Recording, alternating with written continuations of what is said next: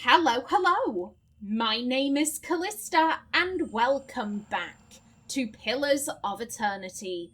In the last episode, we got a quest from Berath. If we want to speak with her directly, we need to take out the leaders of Blood Sands and the Golden Grove. That is, that is concerning, but hey-ho, Berath is... It seems like Berath is indicating, they've both been alive for a little bit longer than they should, so return them to the wheel. Return them to the wheel, and you and I can have a proper chat. We also spoke with Gawain, Abaddon, and Magran, and they want us to take the souls of the Hollowborn and use them to strengthen the Deerwood, which is an interesting proposition. We just have... I want to say this was Remagrand, and let's... no, not you, excuse me. Remagrand. God of entropy, cold, winter, bad luck, famine, and natural disasters. Manifests as a giant albino auroch, moving amidst a great blizzard, and in the plodding footsteps of Remagrand come death and disintegration. Also, whilst I remember, Woedica, goddess of justice, law, oaths, promises, rulership, vengeance, memory, and hierarchies, depicted as an old noblewoman bearing a broken crown upon her head, said to have once ruled over the other gods but has since been overthrown. Okay, so yeah, I wasn't making shit up. My memory is sound. Yeah, it sounds like no one really likes Woedica much. Everyone else is just like, yo, she's too strict.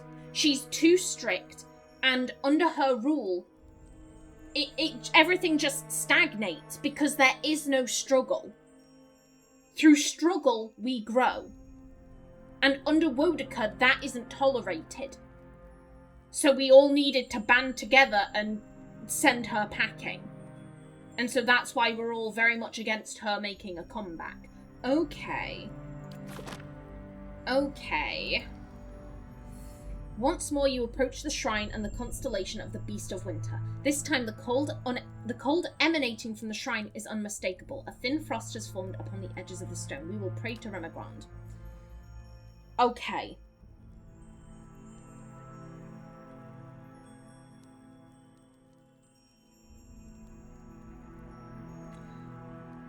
I'm thinking, if you're all about, like, bad luck and unnatural disasters and all that shit, I'm thinking, are you all life ends in stillness?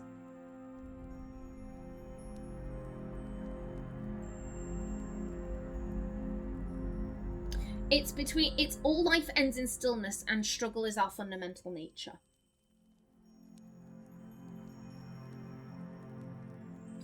A death and disintegration. Yeah, I think it's you.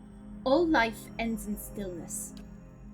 You feel a sudden gust of cold air, as if the shrine were bursting into wintry life. The frigid wind cuts through you like a sharpened blade, and darkness encroaches upon the edges of your sight. You kneel and close your eyes. As you pray, the blackness fades to white, and a howling wind fills your ears. The vision that slowly resolves itself is of a broad frozen plain. You see a procession of elves in the distance, periodically fading into and emerging from the whiteness. They trudge over snowbanks, their heads down against the driving winds. I know this place. This is the White That Wends. As they trek past you, one man bundled in furs turns his head. You headed for Noonfrost and the frost-hewn breach too. Before you can answer, he's lumbered ahead. You follow the caravan, and in a couple of minutes you come to a wall of ice. It disappears into the pale emptiness overhead and stretches as far as you can see in either direction. The elves stop in front of the mirror-smooth section that's framed like a temple door. It seems somehow thinner than the rest of the wall. You can't see what's on the other side, but a debilitating cold emanates from within.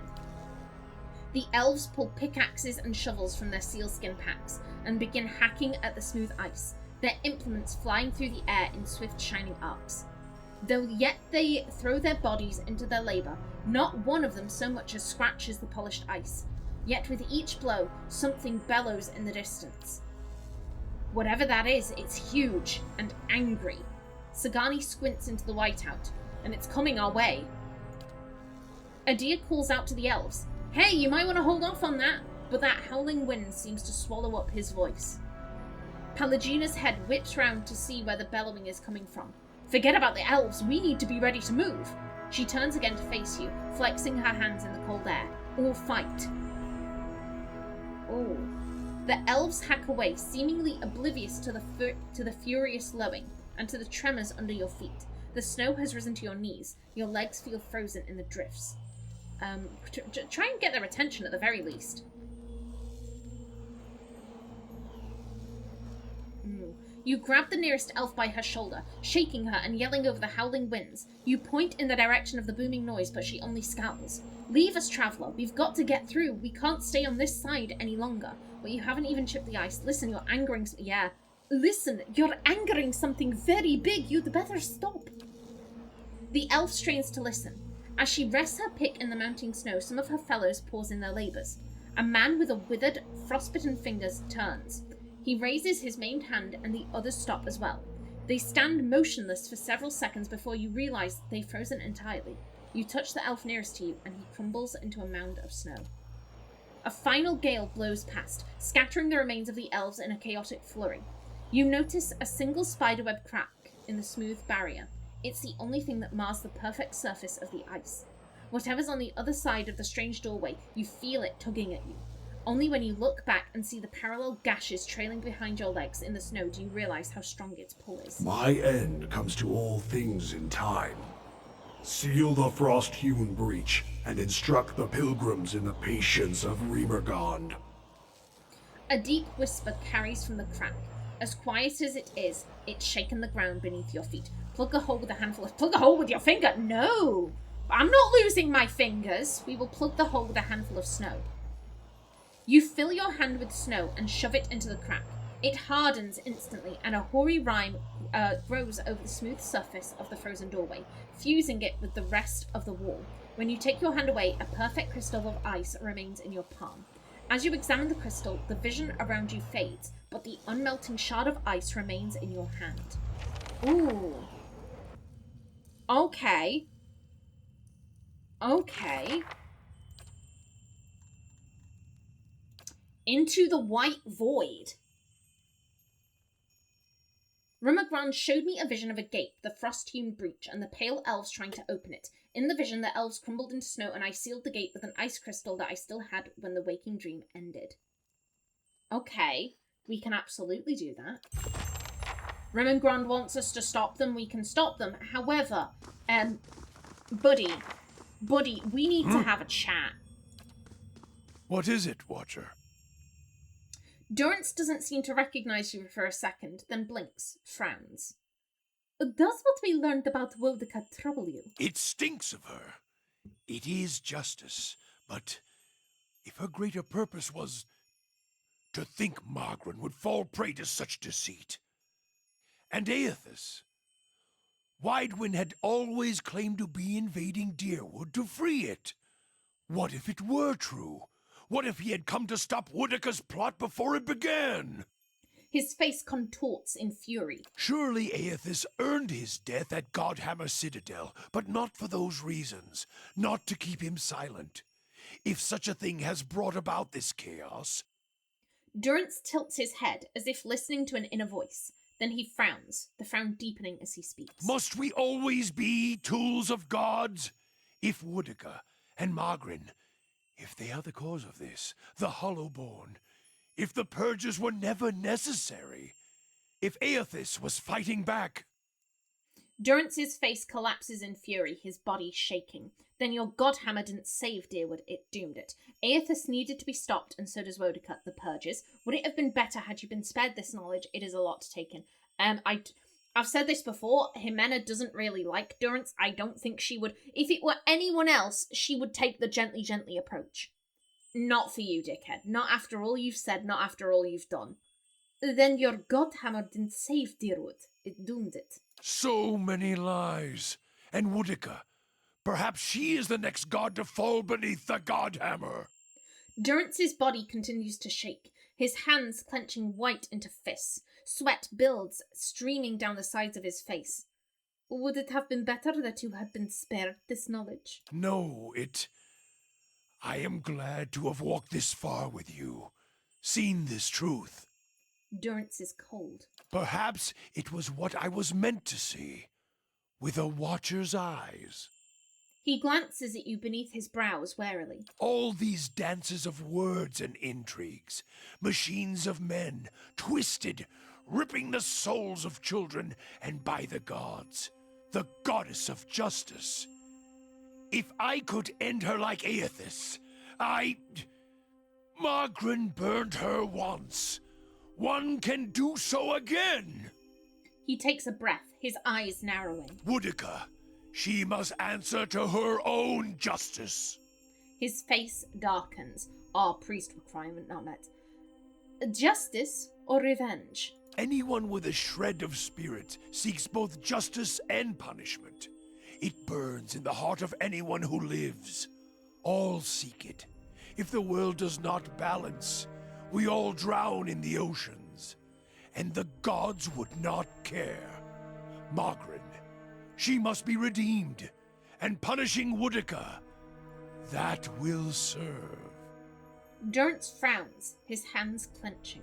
Do we know that Magran was not a willing accomplice? Magran was allied with Woedica. She tried to kill all the makers of the God Hammer. Yeah. Yeah, surely it hasn't escaped your attention, buddy, but, your fellows are all dead. Your fellows are all dead. Yeah, I don't think she'd take the gently approach with him. She doesn't like him. Magran was allied with Woedica. She tried to kill all of the makers of the God Hammer. Is this some final joke at my expense? To test my faith further? And why would you think that, Watcher? Durance looks at you for a moment, then his lips peel back, sneering. He laughs, loud and harsh.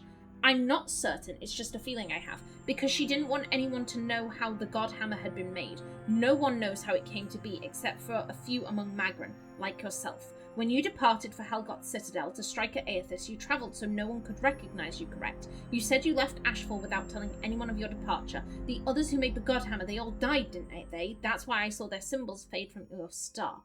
Ooh, I'm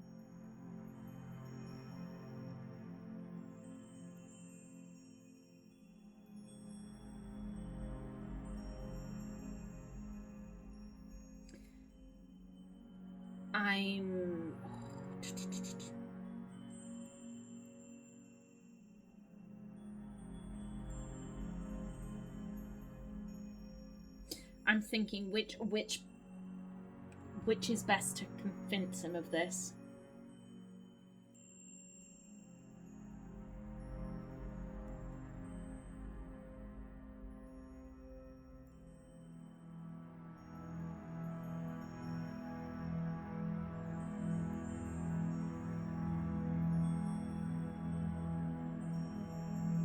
I'm umming and ahhing between 2 and 5.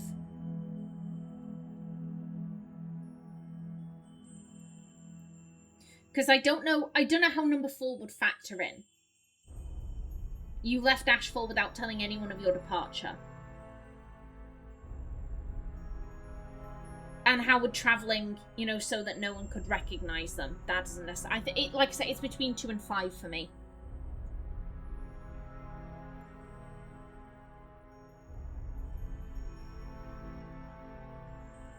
I think I'm also drawn to this one. Because she didn't want anyone to know how the God Hammer had been made.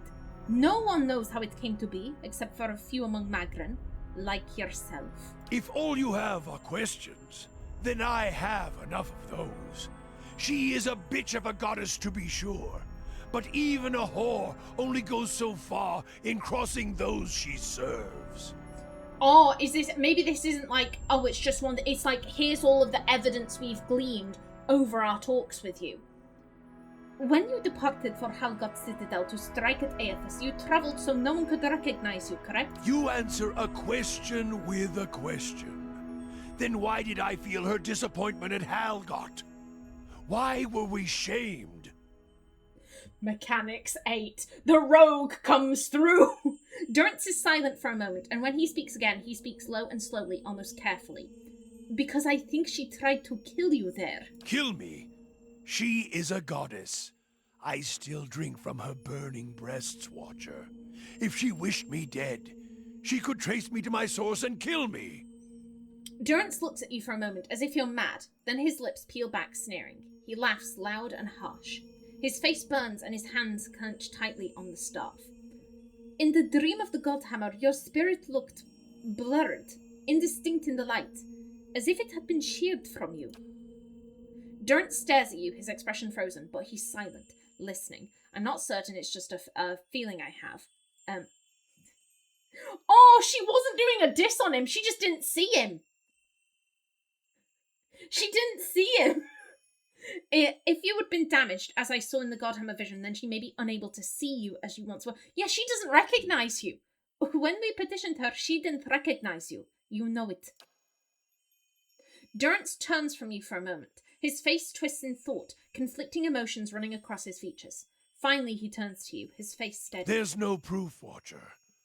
I was a fool to think you could help me see any farther than I could. If you don't trust me, then trust your staff. Admit that the other Godhammer builders are dead.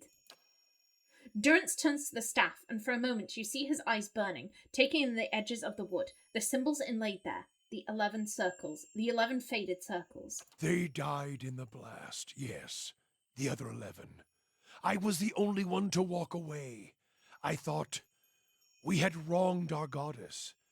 That this was my trial, and if I could prove myself worthy of her!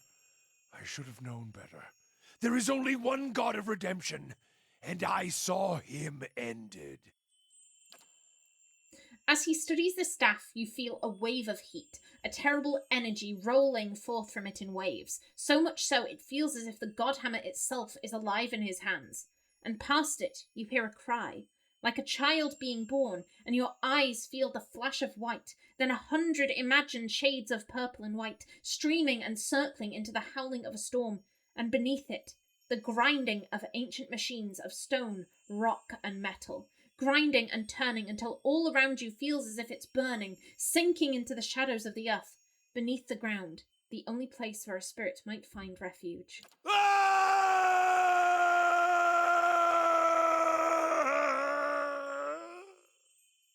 Okay. When your vision clears, you see Durance, his hands clutching the staff, and his eyes are bright, burning red. Atop the staff, the flame burns cleanly, brightly.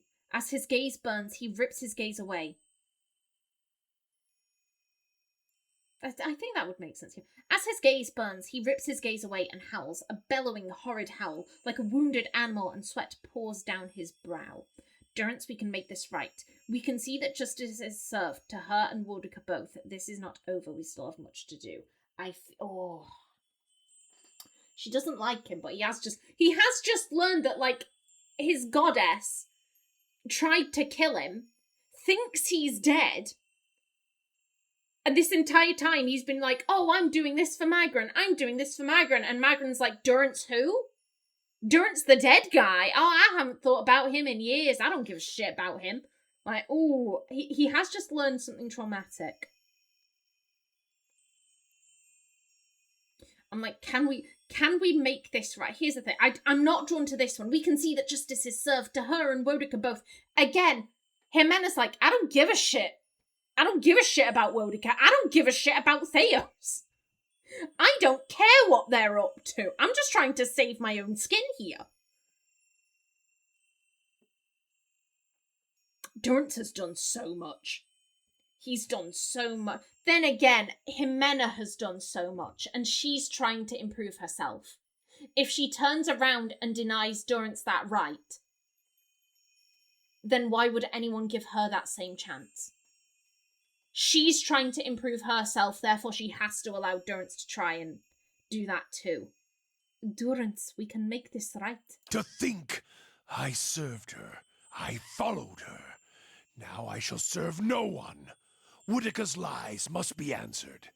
And now it seems I must take fire and war from a goddess's false claim as well.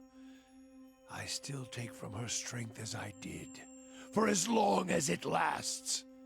For I shall not cast her aside yet, until I have drained her dry and had my fill, just as she intended for me. Okay, he seems to be going a wee bit mental. Durance's face cracks into a snarl. His face becomes stone, his eyes still burning almost hungrily.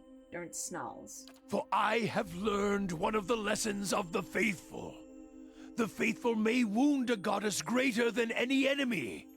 A purification is coming, and this fire shall consume them both. Let's continue on. The quest completed, though. Would that be all the way down here? Because we got it quite early on. Yeah, there you are. I was able to get Durance to see that Magran had conspired with Woedica in creating the God Hammer, and that her refusing to speak with him wasn't because he had wronged her, but rather was because she had intended him to die with the other God Hammer engineers in order to keep secret her direct involvement in Aethys's destruction. Though it appears this alliance between the goddesses was short-lived, it sheds new light on the Saints' War and the epidemic of hollowborn infants that followed. Durance, for his part, has renounced his goddess and sworn revenge. As a man who's killed one god already, it would seem that he might be one of the only people alive who could make good on such a threat. Okay. Okay. You do you, Durance. You do you. Okay. Okay, I'm thinking let's go do Into the Light. Because I know exactly where that is. And I'm pretty sure I'm on good terms with the Pale Elves. You know, what's his face said that we had free passage. Glass to something? Glass to all? Oh shit. Stop right there. Okay. Oh. You're in the wrong city, Inquisitor. The Phantom Soldier raises his short sword to your chest. Did you think you wouldn't be recognized here in your old home? I've seen your trials with my own eyes. I have seen you light pyres with good people tied to them, people I'd known many a year. He seizes you by the throat and your airway tightens, whether real or imagined you cannot tell. They deserve your confession. He raises the point of his sword. He raises the point of his sword, holding it a hair's breadth from your eye. Thaos, what are you doing? Startled, the soldier releases you immediately and turns to face the speaker, a woman in a plain wool tunic, fully a head shorter than he, but somehow seeming to tower over him. You have seen this woman's face before, but from afar, bloodied and burned as she lay stretched across an iron wheel. At the moment, it is marked only with concern. An assassin sent by the Inquisition, my lady, daring to approach our camp. If she is so poor an assassin as to approach an armed guard in daylight, I should have little to fear. I would hear what this woman has to say. She stares him down until he can no longer face her. He turns away, sour-faced, and pretends to be suddenly distracted by something far off. Surely this is some trick of my mind. I did not expect to see you again. Iovara's eyes widen as she sees your face for the first time. I just wanted to see you again. I've come to help you in any way I can. I came to believe your teachings to be true. The evils I've done in the name of the Inquisition are too great for me to bear. I want to help you end it. These are all lies. And Grand Inquisitor Thaos Arcanan dispatched me here to spy on you.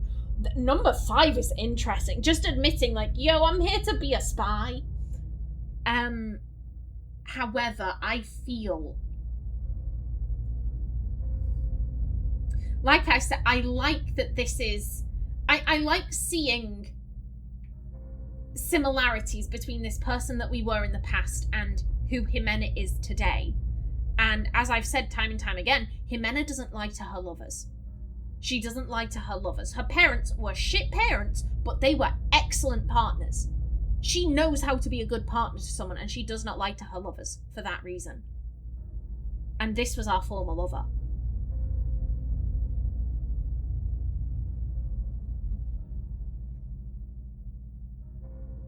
I think where all of this is going is that we betray this woman.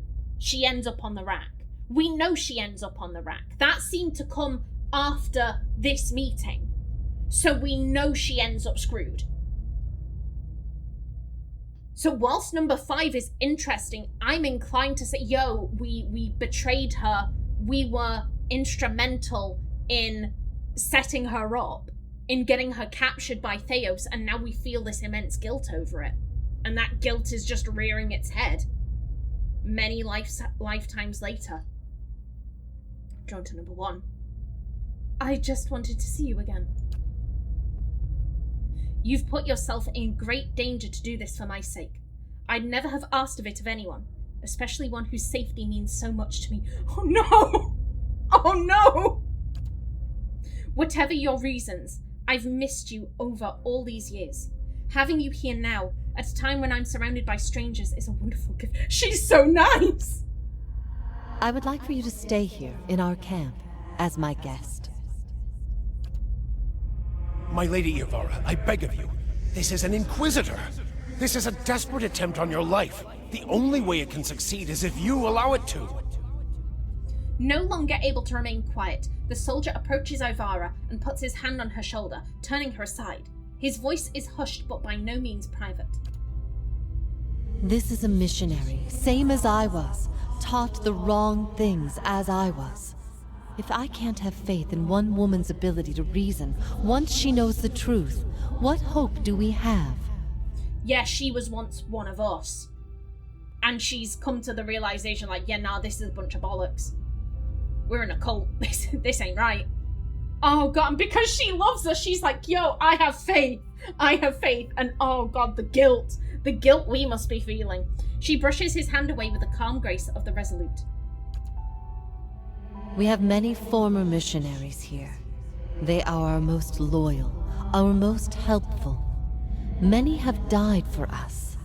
These are not people we should be turning away. And if the Inquisition wants my life, they can have it. But they know as well as I do that my cause will not die with me.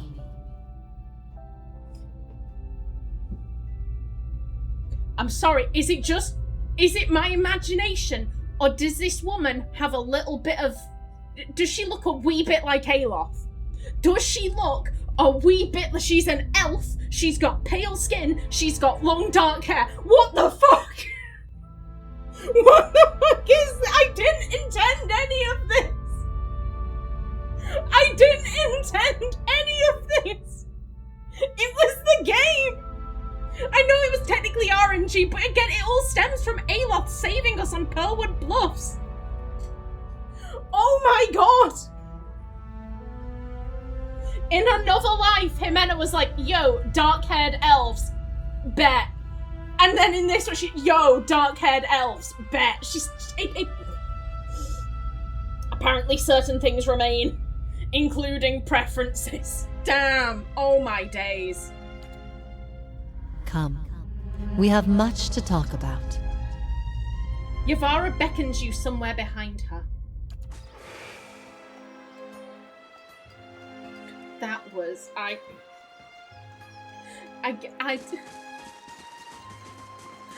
didn't intend for this to happen. When I started this off, I didn't know any of these characters. I didn't know any of these characters. I have an eyelash in my eye. God damn it, will you please piss off? Now is not the time. I'm trying to move people. I'm trying to do stuff. Oh, it hurts. Hot damn, that's not right. Oh lord. God, and it's sticking to my eyeball because it's so hot. It's so hot and clammy and I have no moisture, not even in my eyes. Oh. Why have you done this? But yeah, I didn't know any of these characters. I didn't plot out, like, oh yeah, and she's gonna have a thing for Aloth and ba-ba-ba-ba-ba. Like, I just... I'm responding to what the game has done. The game had him save her. The game has had them constantly splitting off on their own. Like, it's the game. It's the game doing this, and it's just... all of these things keep popping up and I'm like, it's a sign. It's all a sign. Oh my god. This is weird. I'm scared. I'm scared of all of these connections. Okay. Oh my god, it would be so lovely in here. Oh my god, I'm so pissing envious. I'm so envious. You again. There is nothing else to see here. The inner halls are still closed. I'm looking for the frost-hewn breach. Okay. The barest flush rises in her pale cheeks. As I said, only the shrine in the eastern wing is open. The rest of the temple is closed to visitors right now. I suggest that you make your devotions there and leave. Her cheeks flush. Dickhead! Dickhead! Stop it! Her cheeks flush, Watcher! Perhaps she misinterpreted what you meant by frost-hewn breach. Her eyes dart between the two doors on either side of the room. If that is all... Yeah, okay. Well, I've only got about 30 seconds left, so I'm going to bring this episode to a close right here. In the next one, hopefully our welcome is still good, and we will go have a talk with the guy standing up over yonder. But until then, please remember to like if you enjoyed, leave a comment below, and if you wanted to subscribe, it would be very much appreciated. A special thanks to my channel members such as SM2K, Christopher K. Davies, CGG, The Named User, and Kevin Bicknell. I've been Callista. Thanks for watching, and see you in the next episode.